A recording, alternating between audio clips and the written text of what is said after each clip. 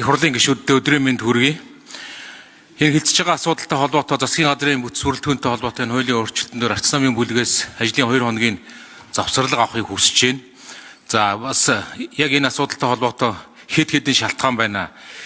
Засгийн газрын асуудал бүтэц бүрэлдэхүүний асуудал хилцэж эхлэхээс өмнө арчс намын бүлгээс бас тодорхой хэмжээний зүйл заалт бүхий шаардлагуудыг бас хөргүүлсэн. Энэ хүрээнд бидний хувьд бас дахин ярилцах энэ асуудлын хүрээнд Баянган хорооны хилцүүдийн явцад ингээд тоо баримтууд дээр дахин ярилцах юм шаардлагууд байна.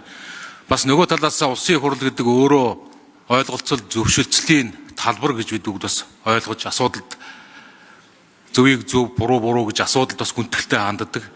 Бас ингээд тодорхой хэмжээний хуулийн ойлголцол явж байгаа олон хуулиуд дээр бас өөр байр суурьуд биднэрт бас гарч байгаа учраас энэний дээр ойлголцол бас хэрэгтэй байна. Мөн бас өнөөдөр бас улсын хурлын гишүүний одоо бид нар тодорхой бас албан мэдээллүүд бас байхгүй байгаад байна.